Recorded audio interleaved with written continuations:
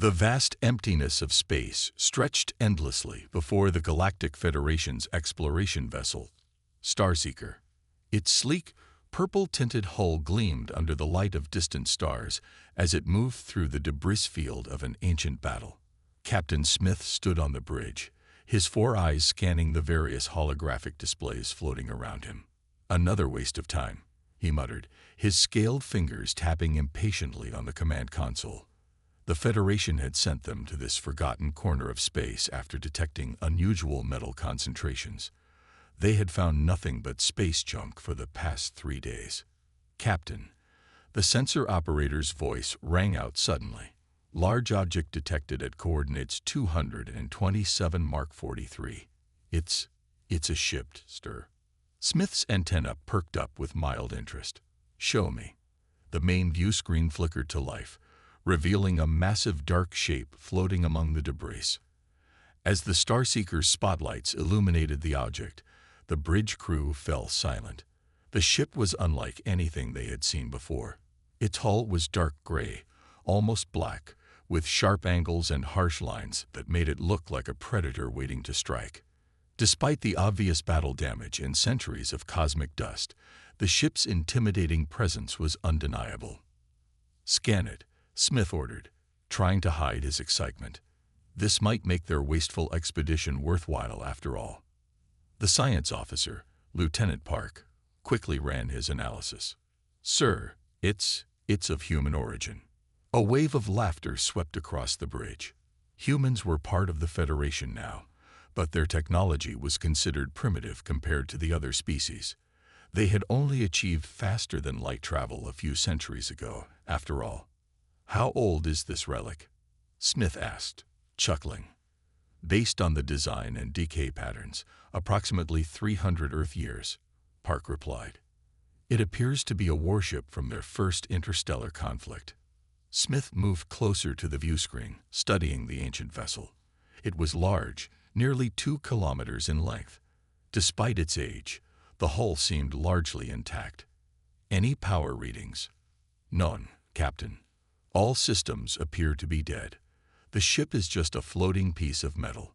The captain nodded, unsurprised. "Well, the Federation's Synorchaeology Division might find it interesting. Prepare to attach tau beams. We'll drag this relic back to Research Station 7. As the crew began their work, they continued making jokes about the primitive human vessel. They mocked its crude design, the basic weapon mounts they could see, and the simplistic armor plating. They even gave it a nickname, Relic. The tau beams engaged with a soft hum, bathing the dead ship in pale blue light. As they began moving it, something unusual happened. The beam's strength fluctuated for a moment, as if the ship's mass had shifted. "Just old metal settling," the engineering chief said dismissively when Park reported the anomaly. What none of them noticed was the tiny red light that flickered briefly in the depths of the old warship's bridge. Deep within its armored hull, in systems they couldn't detect, something stirred ever so slightly. Ancient sensors, designed to survive centuries of dormancy, registered the energy signature of the tau beam. In response, a single line of code activated in the ship's quantum-locked memory core. PRUTUTBOCOL31. EXTERNAL manipulation DETTTED. INITWAT in PASSIVSCN. While the Federation crew continued their work, congratulating themselves on their amusing find, the ancient warship silently began its first system check in 300 years. They had assumed it was dead, and that assumption would prove to be their first mistake. For this wasn't just any human warship. This was the U.S. Thunderchild, one of the most advanced vessels ever built during humanity's darkest hours. And deep in its core, systems that had waited patiently through the centuries began their slow, careful awakening sequence. The Thunderchild had been designed to survive, to endure, and most importantly, to wake up when needed. The Federation crew had no idea that their relic was about to remind the galaxy why human warships were once the most feared vessels in known space. Captain Smith gave the old ship one final glance before returning to his chair. "Take us home," he ordered, "and let's get this piece of junk logged in for the researchers to play with." If he had known what that piece of junk was truly capable of, he might not have been so quick to dismiss it. But then again, underestimating human technology was a mistake that many species had made before, usually only once. Research Station 7 buzzed with unusual activity as James Miller walked through its pristine white corridors. The human expert tried to ignore the looks he got from the alien scientists, a mixture of amusement and pity. He'd grown used to such treatment over the years. Being the Federation's leading expert on obsolete human military technology wasn't a prestigious position. "This way, Mr. Miller," Lieutenant Park said, leading him toward the observation deck. The young officer was one of the few who showed genuine interest in human history. "The ship is quite impressive, even in its current state." Miller nodded, clutching his old-fashioned paper notebook. The Federation scientists mocked him for using such primitive recording methods, but paper couldn't be hacked or corrupted. Some old habits from the war days were worth keeping. The observation deck's massive window revealed the ancient warship floating in space before them. Miller's heart nearly stopped when he saw it. "My God," he whispered. "It's really her." "Her?" Park asked, confused by the human's emotional response. "The U.S. Thunderchild." Miller's voice was filled with reverence. "I've studied the records of this ship my entire career. She disappeared during the Battle of Proxima, taking 3 enemy fleets with her." A group of Federation engineers nearby burst into laughter. 3 fleets," one of them said mockingly. "This pile of scrap metal couldn't fight its way out of a solar wind." Miller ignored them, his trained eyes scanning the ship's hull. Despite centuries of damage, he could see the telltale signs that others had missed. The slightly offset armor plates, designed to shift and adapt during battle. The deceptively simple weapon mounts that could reconfigure themselves based on combat data. The hull architecture that didn't quite match any known design pattern. "Lieutenant," he said quietly, "has anyone tried to access the ship's systems?" Park shook his head. "The engineering team says it's completely dead. No power, no active systems. They're preparing to cut it open for study." Miller's eyes widened in alarm. "They can't do that. You need to stop them immediately." "Is there a problem?" Captain Smith's voice came from behind them. He had just entered the observation deck, looking annoyed at Miller's outburst. "Captain, this ship isn't dead. It's in hibernation." Miller turned to face him, his voice urgent. "The Thunderchild was part of Project Phoenix. Every system on board is designed to survive centuries of dormancy and reactivate when needed." More laughter from the engineering team. The lead engineer, a tall insectoid, stepped forward. "Mr. Miller, our scans show no power signatures. The ship is empty. Dead. A relic of a primitive age." Miller pulled out his notebook and quickly sketched something. "Your scans show nothing because the ship's systems are quantum locked. Look at these patterns in the hull structure. They're not battle damage. They're metamaterial conduits. The entire ship is one massive dormant circuit." "Ridiculous," Smith said dismissively. "The humans didn't have that technology 300 years ago." "We didn't advertise everything we could do, Captain," Miller replied quietly, "especially not during the war." Before Smith could respond, an alarm blared from the engineering bay. A technician's voice came over the intercom. "Sir, we're detecting some kind of energy signature from the human vessel. It's very faint, but it's there." Miller's expression hardened. "You used standard dock clamps to secure it, didn't you? Metal on metal contact." He shook his head. "The ship's already sampling your technology through the contact points. Learning. Adapting." "That's impossible," the lead engineer protested. "No," Miller said, watching as more tiny lights began appearing across the Thunderchild's hull. "That's human engineering. We learned early in the war that any technology that couldn't evolve couldn't survive." He turned to Captain Smith, all trace of humility gone from his voice. "Captain, I need full access to the ship's exterior and a direct communication line to Federation Command. If we don't handle this awakening correctly, we might have a very big problem on our hands." "What kind of problem?" Smith asked, finally showing some concern. The Thunderchild was designed to protect human space at all costs. Right now, she's in an unknown location, surrounded by unknown technology. If we don't convince her we're friendly. Miller let the sentence hang. As if in response to his words, a deep, low hum began emanating from the ancient warship. The sound resonated through the station, like a massive beast slowly waking from a long slumber. The emergency klaxons of Research Station 7 screamed to life 3 days after the Thunderchild's first signs of awakening. Miller was in the middle of explaining the ship's defensive systems to a skeptical group of Federation engineers when the red alert began. Multiple unknown vessels detected. The station's AI announced. Hostile signatures identified. Crimson Empire battle fleet entering the system. The observation deck erupted into chaos. The Crimson Empire was the Federation's most dangerous enemy, known for their surprise attacks and superior firepower. Captain Smith rushed onto the deck, his scales pale with worry. "How many ships?" Miller asked, already dreading the answer. 15 warships, Smith replied grimly, including 2 dreadnoughts. Station defenses are activating, but we don't have enough firepower to hold them off. Federation response fleet is 3 hours away.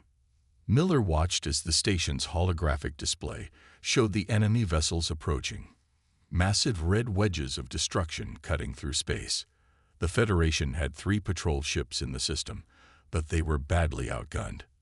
"We need to evacuate," Smith announced.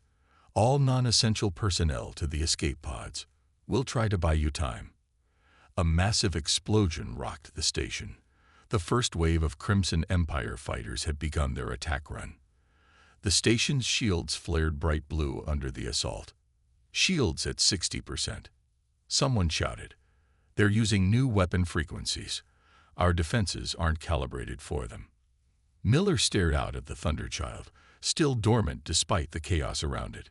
More lights had appeared on its hull over the past few days, but the ship remained silent.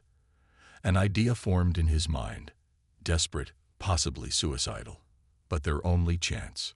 "Captain," he said urgently, "I need to get aboard the Thunderchild." "What? Now? We're under attack. Trust me." Miller's eyes were fixed on the ancient warship. That ship out there survived the bloodiest war in human history. It was built to fight against impossible odds. Another explosion shook the station. Shields at 40%. Hull breach on level 3. Smith hesitated for just a moment, then nodded. "Lieutenant Park, take him to airlock 7. But make it quick. We're running out of time." Miller ran through the corridors with Park, dodging panicked station crew members. Through the windows, they could see bright flashes as the few Federation ships fought desperately against the overwhelming enemy force. They reached the airlock, and Miller quickly put on an environment suit. "If I'm not back in 20 minutes, he told Park, "get to an escape pod." "What are you going to do?" Park asked. "I'm going to try to wake her up properly." Miller checked his suit seals. The Thunderchild wasn't built to sleep through a battle. The airlock cycled, and Miller pushed off toward the ancient warship. Up close, its hull was even more impressive, scarred by old battles but still solid. He made his way to what he hoped was an emergency access hatch near the bridge. His hand shook as he pulled out a small device, an old-style mechanical key he had made years ago, based on historical records. "Come on, old girl," he whispered. "Time to wake up." The key fit perfectly into a barely visible slot. Miller turned it and felt a deep vibration run through the ship's hull. A small panel slid open, revealing a dimly lit corridor. Behind him, the battle rage. The station's shields were failing, and the Crimson Empire ships were moving in for the kill. They had minutes at most. Miller pulled himself inside the Thunderchild, his heart pounding. The corridor was dark, lit only by occasional flickers of emergency lighting slowly coming to life. He moved quickly toward the bridge, following memorized schematics. "Please still work," he muttered as he reached the main control center. The bridge was a circular room, dominated by a large command chair surrounded by old-style physical controls, buttons, switches, and levers that would seem primitive to modern eyes. But Miller knew better. He'd studied these systems his entire life. These weren't primitive controls. They were survivable ones. Systems designed to work even after centuries of dormancy, without need for complex computer interfaces. He strapped himself into the command chair just as another explosion lit up space outside. Through the armored windows, he could see the station's shields beginning to collapse. Time to see if history's lessons still held true. Miller reached for the main power control and began the revival sequence that would either save them all or leave them dead in space. "Wake up, Thunderchild," he whispered. "They need you one more time." The bridge of the Thunderchild hummed to life around Miller as he initiated the startup sequence. Old screens flickered on one by one, their displays showing text in simple green letters. The air recyclers wheezed as they began working for the first time in centuries. "Emergency power activated," a calm female voice announced. "This is HFY, U.S. Thunderchild Combat Intelligence. Beginning system diagnosis." Miller's heart leaped. The AI was still functional. "HFY, this is James Miller, Federation historical expert. We have an emergency situation." "Processing identity." Human voice pattern confirmed. Atlas paused. "Warning. Detected multiple hostile vessels engaging nearby station. Station shields critical. Time to failure, 3 minutes. Can you power up weapons and engines?" Miller asked urgently, watching through the viewport as another blast rocked the research station. "Main reactor in hibernation mode. Estimated time to full power, 15 minutes. Atlas's voice was maddeningly calm. Miller slammed his fist on the armrest. "We don't have 15 minutes. The station will be destroyed. Alternative solution available." Atlas replied. "Emergency Combat Protocol 793. Warning. Protocol may cause significant system damage." "Do it," Miller ordered. "Whatever it takes." The lights on the bridge dimmed suddenly. Then, from deep within the ship, came a sound like thunder.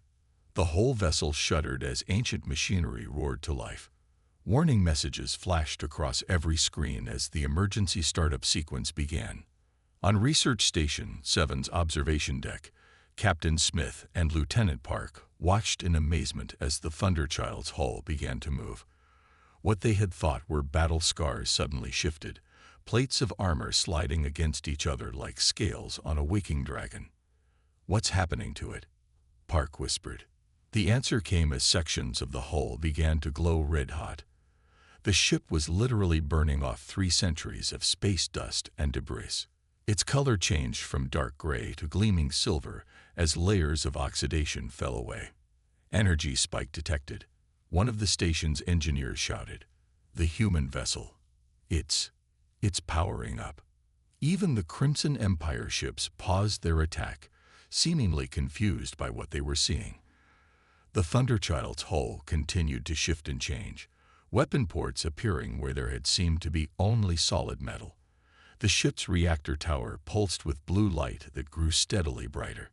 Back on the bridge, Miller held tight to his chair as the ship shook violently. "HFY, status report. Emergency power engage. Reactor at 40% and rising. Hull regeneration in progress. Primary weapons coming online. Warning. Detecting severe strain on multiple systems." The shaking grew worse. Sparks flew from several consoles as ancient circuits handled power loads for the first time in centuries. Miller could hear the groaning of metal throughout the ship as systems fought against time and decay to wake up. "Hostile vessels are targeting us," Atlas announced. "Detecting weapons lock from multiple sources." "Can we fight back?" Miller asked. "Primary weapons still charging."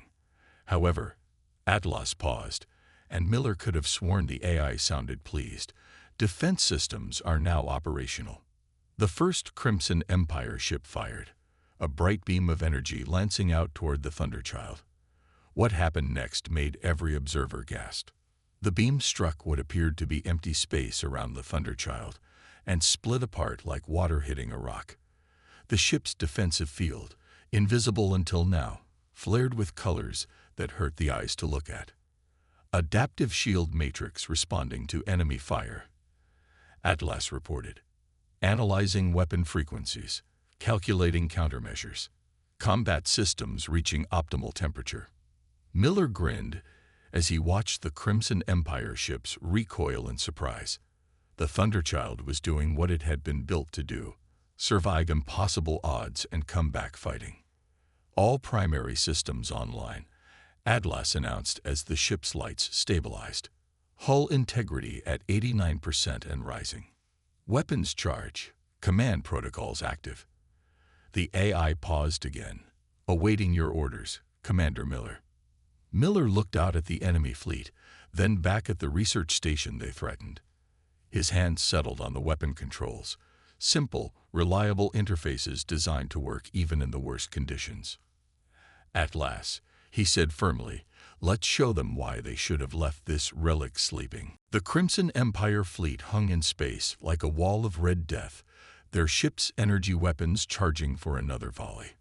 On the Thunderchild's bridge, Miller watched as targeting data scrolled across his screens. The old ship's sensors were showing him things the Federation's advanced systems had missed completely. Multiple shield weaknesses detected in enemy vessels, Atlas reported. Their power distribution is inefficient, calculating optimal firing solutions. Show me what we've got, Miller ordered. Holographic displays sprang to life around him, showing the Thunderchild's weapon systems.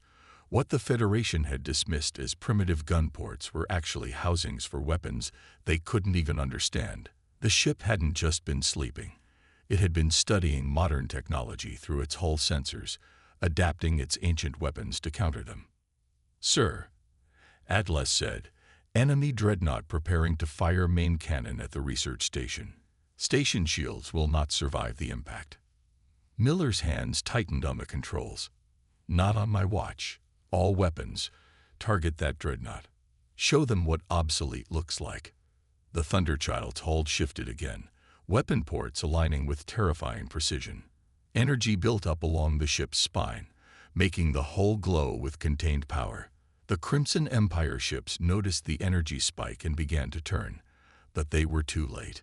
Weapons free, Miller commanded. The Thunderchild's main guns fired. They didn't use the sleek energy beams of modern ships.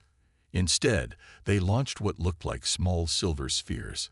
The enemy fleet's commanders probably laughed when they saw them, right until the spheres split open mid-flight. Within each sphere was a contained quantum singularity, a weapon humanity had developed during their darkest days of war. As they detonated, space itself seemed to twist. The dreadnought's supposedly impenetrable shields collapsed instantly, portions of its hull warping and tearing away. By the stars, Lieutenant Park whispered from the station's observation deck. Those weren't cargo pods on its hull. They were weapon platforms. The Crimson Empire fleet responded with a furious barrage of energy weapons, but the Thunderchild was already moving, its engines roaring to life with unexpected speed. The ship that had seemed sluggish and dead now danced between enemy fire like a creature born to space combat. Enemy adapting to quantum weapons, Atlas announced. Switching to kinetic delivery systems. The ship's hull reconfigured again. This time, strips of metal along its length peeled back, revealing rows of what looked like simple railguns. The Federation engineers who had mocked these primitive projectile weapons were about to learn why humanity had never fully abandoned them. The railguns fired, launching specially designed shells at speeds that made them nearly invisible. When they hit the enemy ships, they didn't explode. Instead, they phased through the energy shields completely, a capability that should have been impossible, and detonated inside the ship's hulls. 3 Crimson Empire cruisers fell out of formation, their internal systems shattered. The remaining fleet scattered, trying to find a pattern in the Thunderchild's attacks. But that was the secret of human military technology. It didn't follow patterns. It adapted. It evolved. It survived. Multiple enemy ships attacking from different vectors, Atlas reported calmly. They believe they can overwhelm our targeting systems. Miller smiled grimly. Activate the point defense grid. Let's show them another human trick. The Thunderchild's surface bristled with smaller weapons, hundreds of them emerging from hidden ports. They began firing in perfect coordination, creating a web of defensive fire that caught enemy ships in crossfires they couldn't have predicted. Modern combat computers couldn't track the seemingly random patterns, but they weren't random at all. They were based on centuries of human battle experience. From the research station, Captain Smith watched in stunned silence as the ship he had called a Relic systematically took apart a fleet of modern warships. Every time the enemy adapted to one weapon, the Thunderchild switched to another. When they thought they had found a weak spot in its defenses, those defenses would shift and transform. Now you know, Miller transmitted to the station, his voice tight with concentration as he lined up another shot.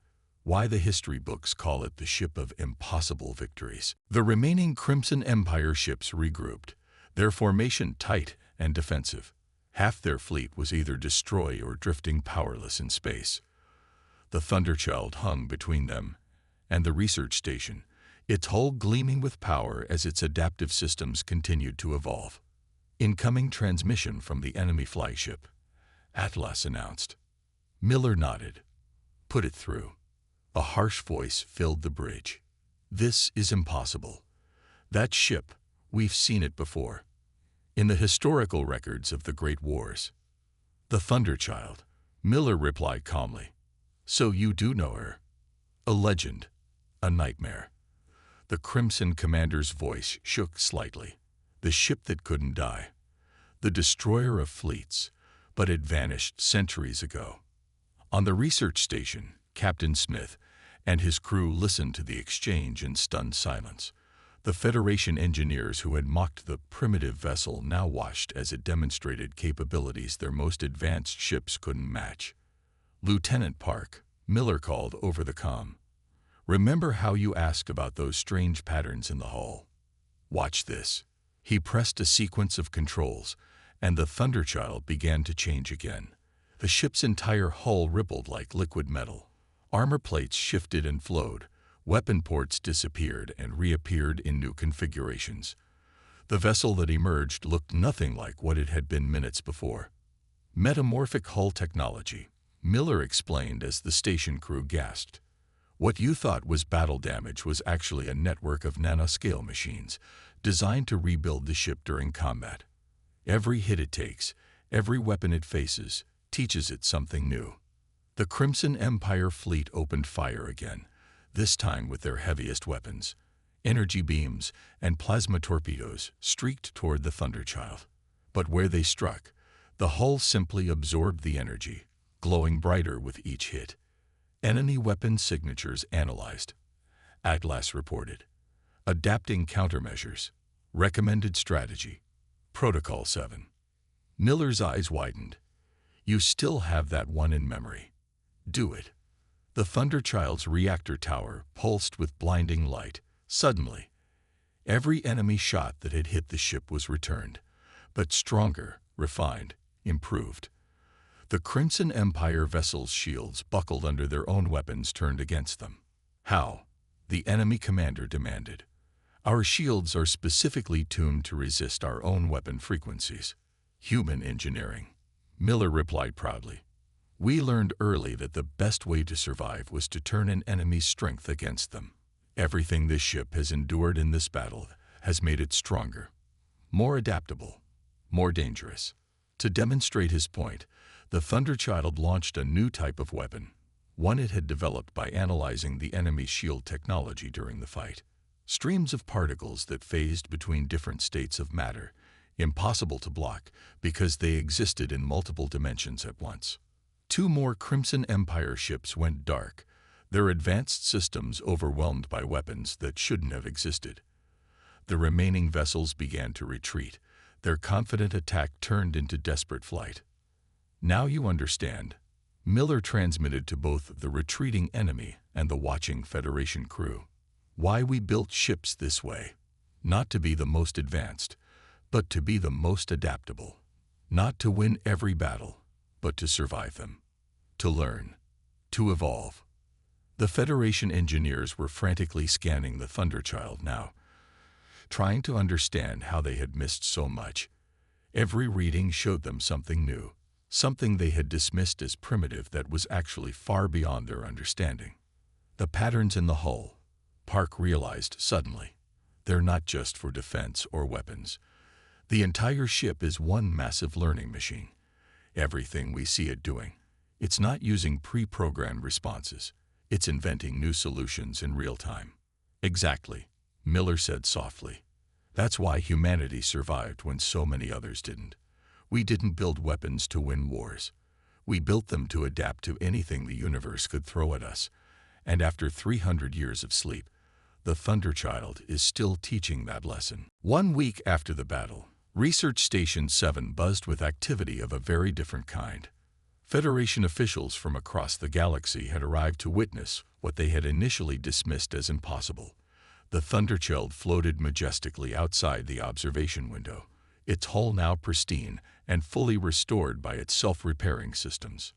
Miller stood before the Federation Science Council, no longer the ignored expert of outdated technology. Captain Smith sat among the council members, his earlier skepticism replaced by profound respect. The Crimson Empire fleet's retreat has been confirmed, the head counselor announced. Their remaining ships were tracked leaving Federation space entirely. She turned to Miller. It seems we owe you, and humanity, an apology, Mr. Miller. Not just me, Miller replied, gesturing toward the ancient warship. The Thunderchild proved what I've been trying to tell you for years. Sometimes the old ways aren't primitive. They're just built to last. Atlas's voice came through the station speakers, the AI having been granted direct access to station systems, a privilege never before given to a military artificial intelligence. Final battle analysis complete. All systems have been upgraded based on combat data. Tactical database updated with 17 new weapon configurations and 23 shield frequencies. The Federation engineers who had once laughed at the ship's crude design now worked frantically to understand its systems. Every scan revealed new layers of complexity, systems within systems, all designed to work together in ways their modern technology couldn't match. The Federation Council has made a decision, the head counselor said. The Thunderchild will be restored to active service, designated as a Federation flagship. She paused, looking at Miller. And you, Mr. Miller, will be her commanding officer. A murmur of approval ran through the assembled crowd. Lieutenant Park, who had been the first to show interest in the ship's true nature, stepped forward with a datapad. We've been analyzing the battle recordings, Park said excitedly. The way the ship adapted during combat, it's revolutionizing our understanding of defensive technology. The Thunderchild doesn't just fight battles, it learns from them. That was always the point, Miller explained.